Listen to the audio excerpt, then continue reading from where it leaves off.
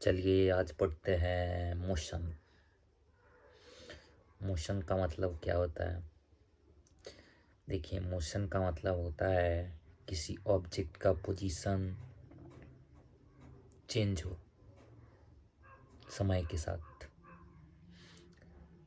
और reference point मान लीजिए कोई पेड़ है और एक आदमी दौड़ रहा है, समय के साथ उसका पोजीशन चेंज हो रहा है, तो इसी को कहते हैं मोशन में है। वो आदमी मोशन में है। मोशन का डेफिनेशन समझ गए। और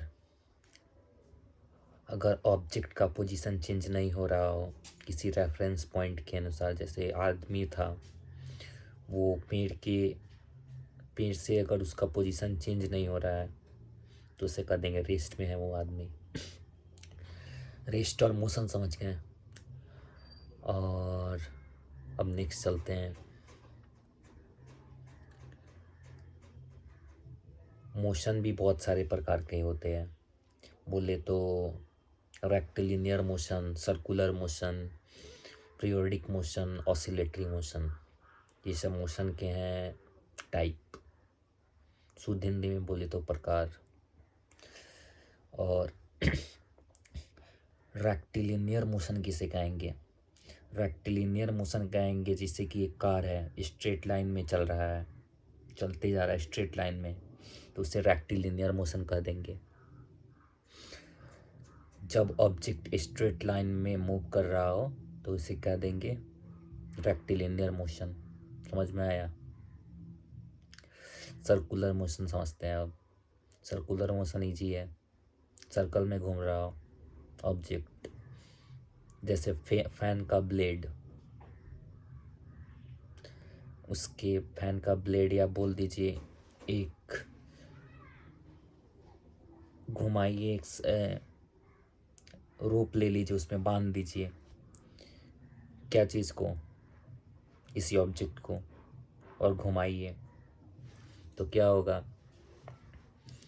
उसको कह देंगे आपका सर्कुलर मोशन में जा रहा है ऑब्जेक्ट। पीरियोडिक मोशन किसे कहेंगे? देखिए, मोशन जो इक्वल टाइम इंटरवल के बाद रिपीट कर रहा हो तो उसे कह देंगे पीरियोडिक मोशन। इजी है। जैसे कि आप एसएचएम ले लीजिए, एसएचएम पीरियोडिक मोशन है। इक्वल टाइम इंटरवल के बाद चेंज होता है, उसका मतलब कि क्या? चेंज नहीं, इंटरवल के बाद रिपीट होता है, रिपीट होता है। समझ गए? SHM to and fro. नहीं, टू एंड फ्रो मोशन तो अलग हो गया। ऑसिलेटरी मोशन को कहते हैं to and fro motion, around a mean position. SHM दोनों है, पीरियोडिक भी है, ऑसिलेटरी भी है। समझ आया? सिंपल हार्मोनिक मोशन, उसका फुल फॉर्म बोल दिए तो। अच्छा, अभी लल्लू लल्लू वो सब एग्जाम्पल था, एग्जाम्पल दे रहे थे, अभी इंट्रोड्यूस करा रहे थे। डिस्टेंस एंड डिस्प्लेसमेंट समझते हैं। डिस्टेंस किसे कहेंगे? डिस्टेंस तो आप समझते हैं, जैसे कोई आदमी भाग रहा है रैंडमली तो उसको कह देंगे डिस्टेंस तय कर रहा है वो आदमी। Total path covered, total path covered. समझ में आया? ये क्या, कौन से क्वांटिटी है? स्केलर क्वांटिटी है। स्केलर बोले तो सिर्फ मैग्नीट्यूड, डायरेक्शन कोई नहीं बता सकता कहाँ जा रहा है रैंडमली, इसलिए बोले हैं। अच्छा, displacement, shortest straight line distance between initial position and final position. जैसे वो आदमी रैंडमली भाग रहा था, इनिशिएट कर रहा था कहीं कोई पॉइंट से और कोई पॉइंट पे इंड कर रहा था रैंडमली, तो उसके बीच का डिस्टेंस आप मिला दीजिएगा तो क्या हो जाएगा? वही डिस्प्लेसमेंट है। ये कौन सा क्वांटिटी है? Vector quantity. वेक्टर बोले तो इसके पास मैग्नीट्यूड और डायरेक्शन सेम हो। समझ में आया? मैग्नीट्यूड हो और डायरेक्शन एक ही हो उसको कह देंगे वेक्टर क्वांटिटी।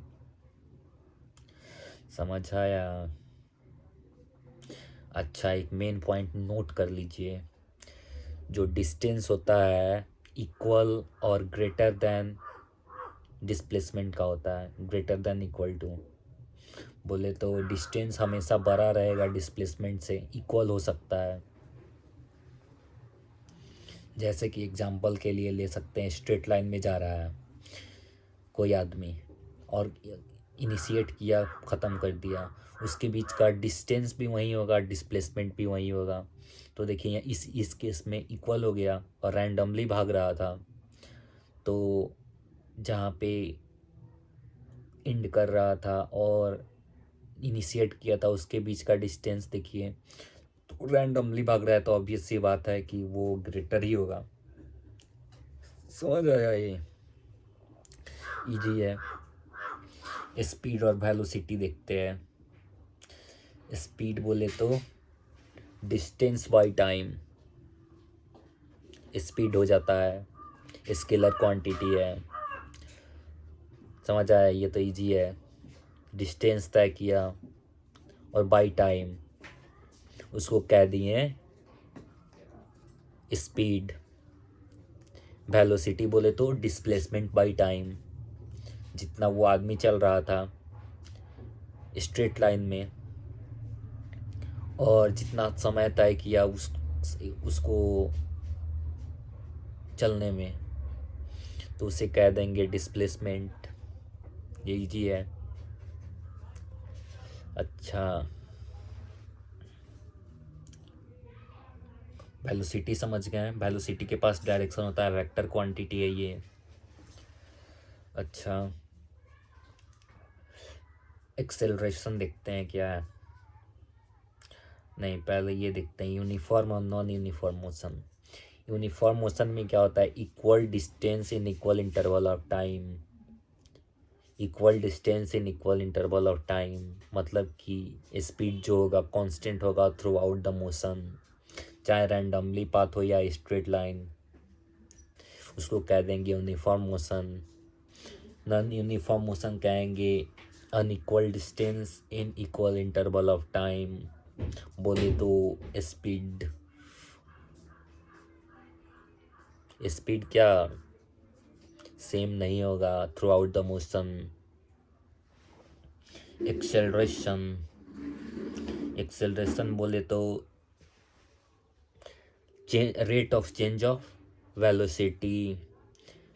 एक्सेलरेशन का मतलब होता है वेलोसिटी का रेट ऑफ चेंज होना, इसे कह देते हैं एक्सेलरेशन।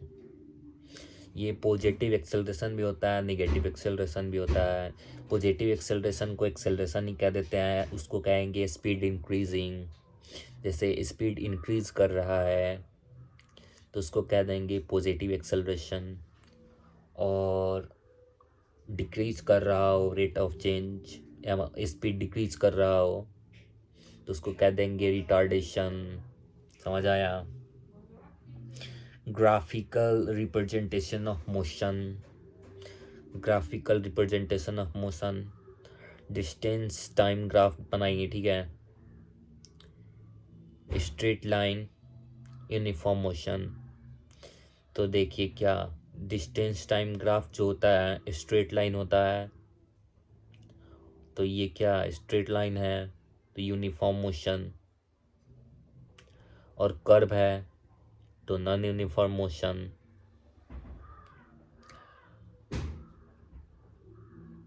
समझ आया? Velocity time graph, velocity time graph का स्लोप क्या देता है? Acceleration. Area under the curve, area under the curve क्या देगा? बोले एरिया अंडर द ग्राफ, वही कर्व कहिए, ग्राफ कहिए। डिस्टेंस ट्रेवल देगा, डिस्टेंस अगर आपको नहीं पता चल रहा है तो वेलोसिटी टाइम ग्राफ है, भी टी को मल्टीप्लाई कीजिए, क्या आता है, स्पीड आता है एस, एस इज इक्वल्स भी into T.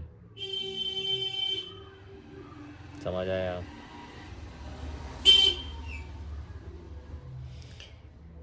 Equation of motion,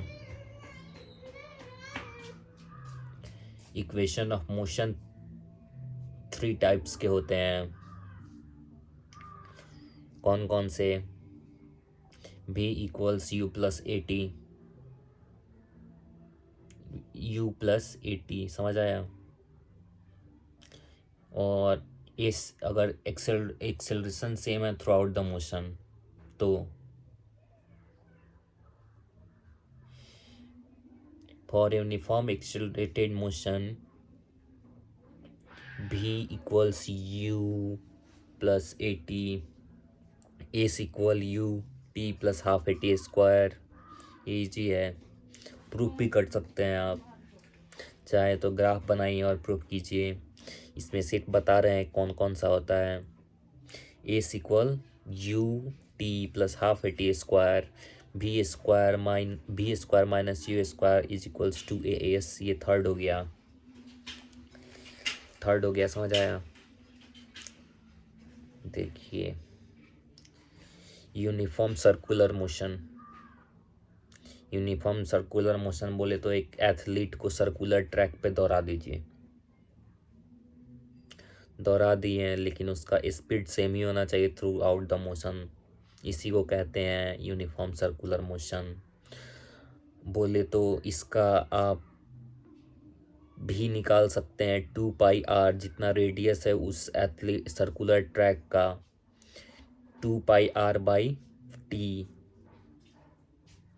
क्या हो जाएगा, भी आ जाएगा उसका कांस्टेंट जो स्पीड है थ्रू आउट द मोशन, ये आ गया।